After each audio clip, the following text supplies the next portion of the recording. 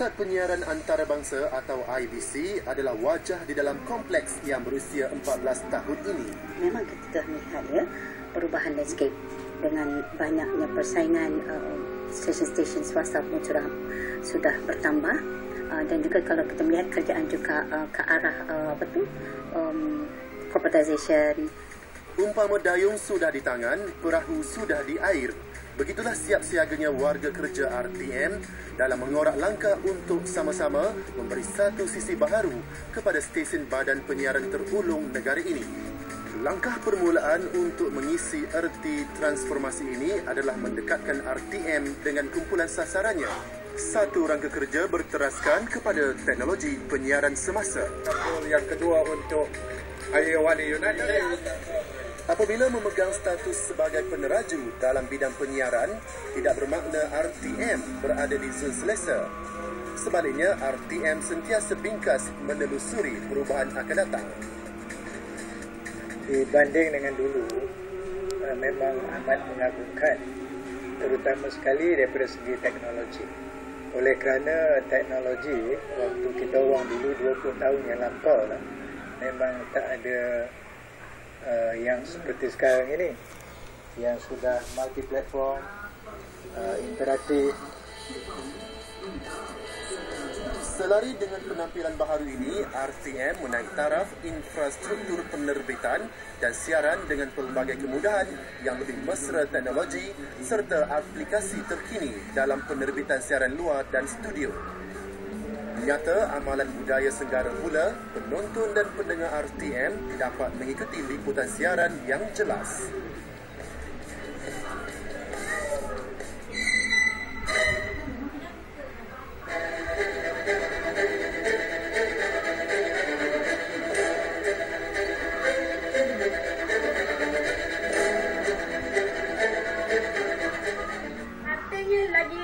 Semua pendengar Radio Malaysia Kalatan, pesakit, perawat, warga kerja hospital Kuala Lumpur dan juga warga Bangsapuri khas Maria. 计划说男的，哎呀，对呀，男的，我不跟你交友，我跟你去做义工。我就说。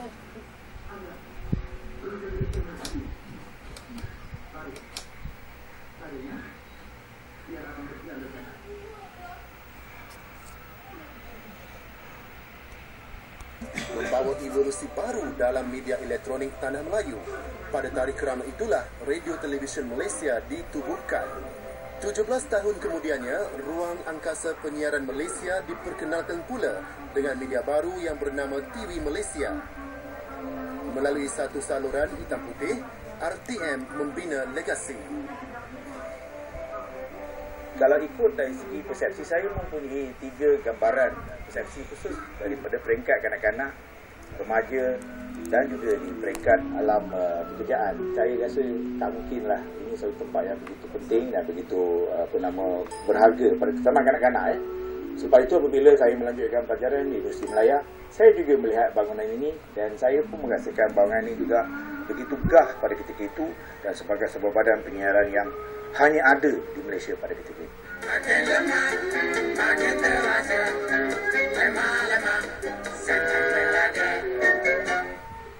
Menjadi seorang biduan, menjadi seorang biduan, kita terus berpisah di taburan bunga pusaramu.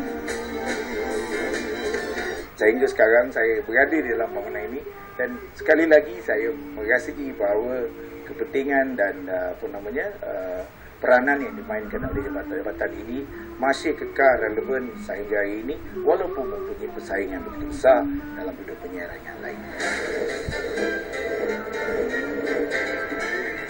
Biarpun musim berubah, zaman beralih, namun RTM teguh berdiri sebagai pemangkin pelbagai episod penting negara. Meskipun kegemilangan badan penyiaran ulung negara ini diikuti rapat oleh pesaingnya. Waktu itu kita mula-mula sekali mendapat persaingan dengan satu TV swasta. Jadi kita orang kata reposition, iaitu dengan mengadakan satu pengurusan yang kita panggil RTM Indah. Kita menyambut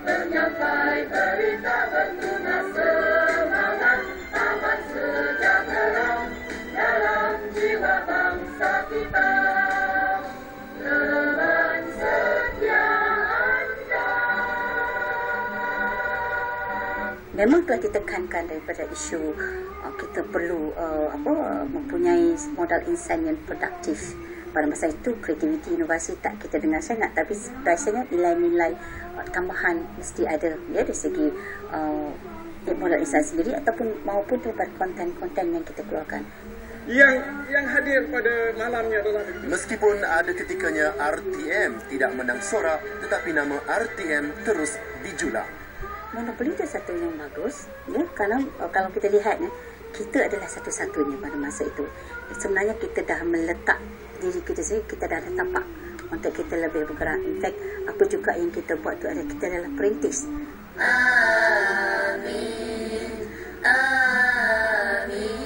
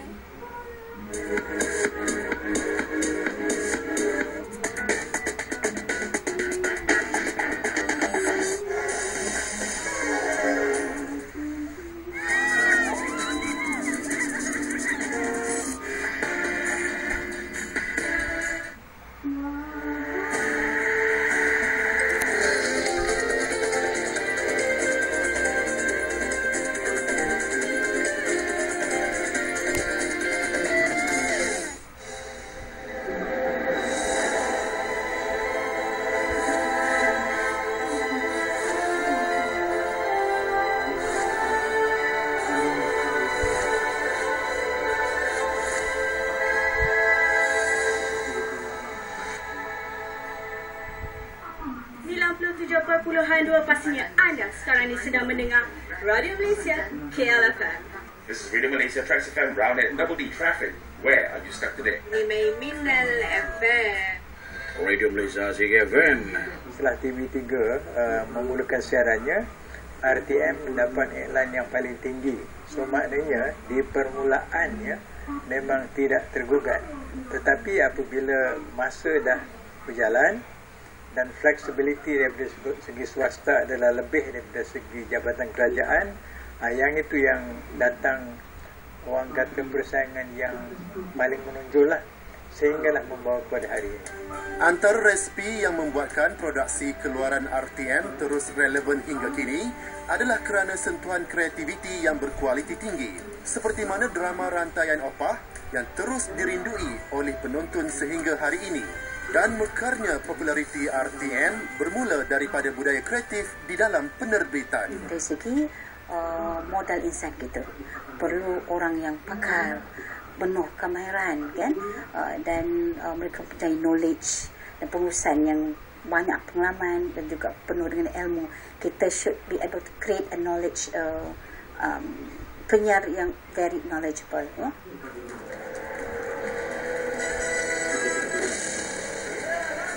Gong di Palu menandakan RTM sentiasa bersedia untuk melangkah ke satu fasa yang baharu, dimensi yang akan mengubah persepsi lalu.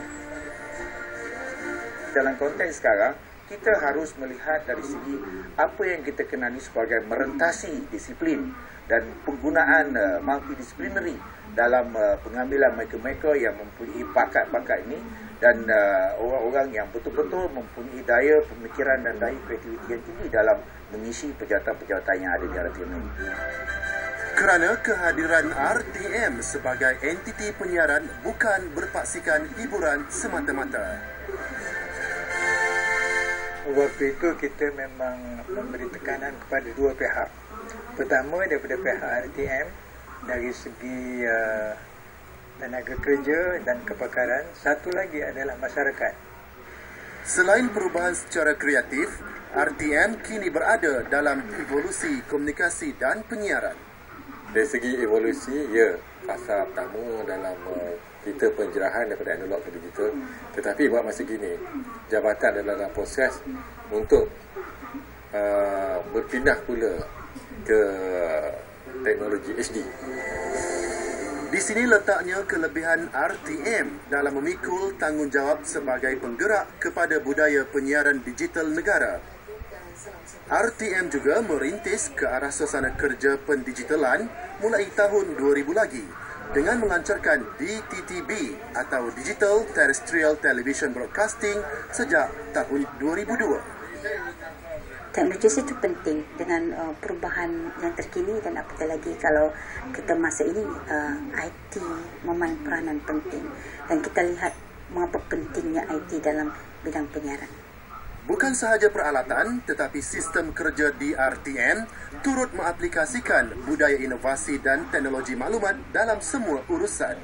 Kita juga menggunakan teknologi di mana sistem siaran ataupun sistem punya internet yang berasaskan server. Dengan itu kita dapati bahawa proses kerja kita adalah lebih efisien. Tidak perlu lagi mendapatkan salinan dalam bentuk pita. Dari segi penyimpanan pun kita dapati adalah lebih baik. Meskipun melepasi pelbagai transformasi, yang lama tidak dilupakan. Ingat lagi kisah kebun Pak Awang dan bumi Fajar di Bumi Permata untuk TV Opah dengan karakter Tok Aki dia, PJ Holding, drama bersiri dan seumpamanya. Mak, apa ni? Mak mucam, Mak. Aku tak mahu kau dijadikan alat. Sebab kau adik aku. Sudahlah, Rosman. Suatu cerita. Bang, selapunan Tuan Hamba sendiri kagum. Hamba ingatkan tadi Tuan Hamba betul-betul lah tidur nyenyak. Macam tu aja. Macam tu saja Tuan Hamba dan Tuan Hamba berlaku. Jadi macam mana kita nak menilai kumpulan Hamba berlaku? Dari sinilah Siti Nurhaliza, Jamal Abdillah, Sudirman Haji Arsyad, Ramla Ram dan Adibah Noh di antara insan seni yang terhutang budi dengan RTM. Tapi kita juga ada satu kaedah kita gunakan online. Kita insya-Allah pada masa terdekat nanti RTM boleh dilihat di mobile. Realitinya, RTM semakin hampir untuk ditonton hanya di hujung jari peminat. Penonton TV1, TV2 dan TVI tidak lagi kusar untuk mengakses program-program kegemaran melalui telefon pintar mereka.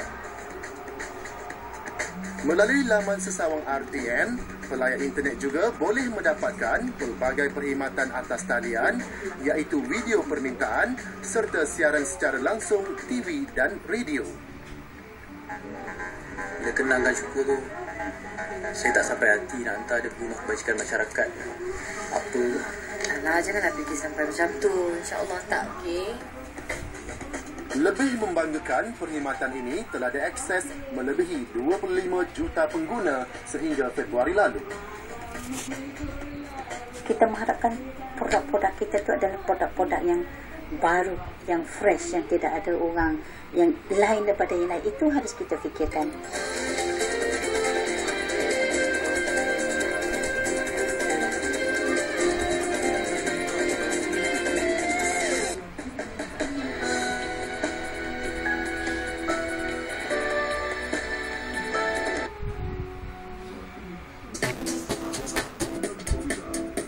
Kerajaan melalui transformasi, RTM pun tidak tinggal melalui pelbagai transformasi. Ya, kita melihat dari segi pengurusan kita, arah-arah tuju kita, ya, kita telah tentukan, dan apatah lagi dari segi persediaan kita ke arah pendigitalan. Nada perubahan yang diterjemahkan ini adalah bukti entiti penyiaran terulung negara benar-benar telah bersedia menjadi pemacu kepada pelaksanaan National Rollout pada 2012 dan Analog Switch Off pada 2015. Inilah RTM, walaupun dianggap kurang bertaring, tetapi sebenarnya dalam diam-diam ubi, RTM berisi dengan misi dan visi untuk terus berada dalam statusnya sebagai sebuah badan penyiaran negara yang setaraf dengan rakan penyiaran yang telah gah di dunia.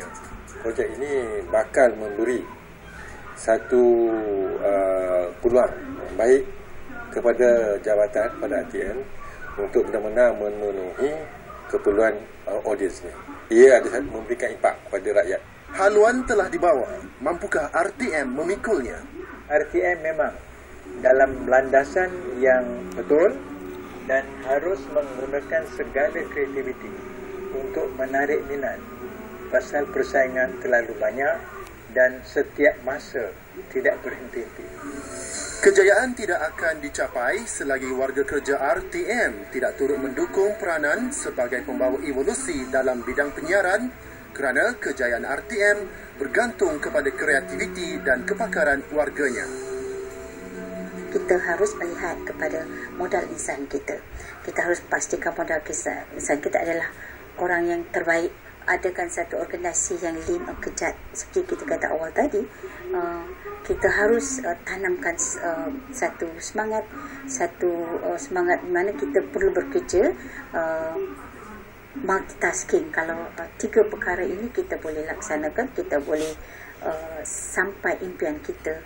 Saya pasti RTM pada berapa tahun lagi kan kita boleh relevan lagi. Tidak mahu dilihat sebagai melukut di tepi gantang. Tapi kita harus bekerja keras, harus menegakkan, dan kita harus berusaha bersungguh-sungguh. Setelah 66 tahun, RTM tetap terus unggul dan mewarnai legasi penyiaran menerusi evolusi yang dicipta. RTM daripada tahun 46 yang secara evolusi berkembang kepada Radio Melaya, Radio Malaysia, kemudian mempunyai siaran luar negara. Satu masa dulu kita ada satu siaran daripada Jeddah, Nidaul Islam. Kesemuanya itu merupakan jasa dari segi minda. Jadi maknanya sekarang disebut transformasi minda, satu masa dulu disebut revolusi mental. RTM akan berupaya untuk menyediakan perkhidmatan yang lebih rapat pada penonton. Saya percaya bahawa RTM akan kekal relevan di masa yang akan datang. Dan kita harus berusaha bersungguh-sungguh untuk kita harus memperjuangkan peranan kita dan juga matlamat yang telah ditentukan oleh organisasi kita, terutamanya sama-sama kita membantu kerjaan, kerana itu kita adalah satu agensi kerjaan di mana kita harus memperanan yang penting, terutamanya dalam transformasi kerjaan. Itu adalah matlamat utama yang penting yang harus kita perjuangkan dan harus membantu.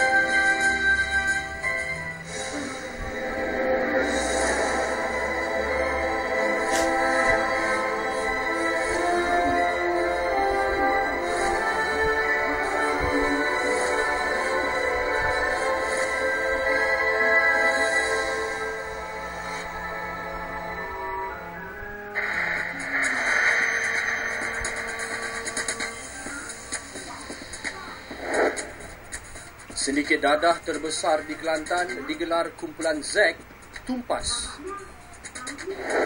Jabatan Mufti Johor jawab salah faham seminar mengenai isu murtad.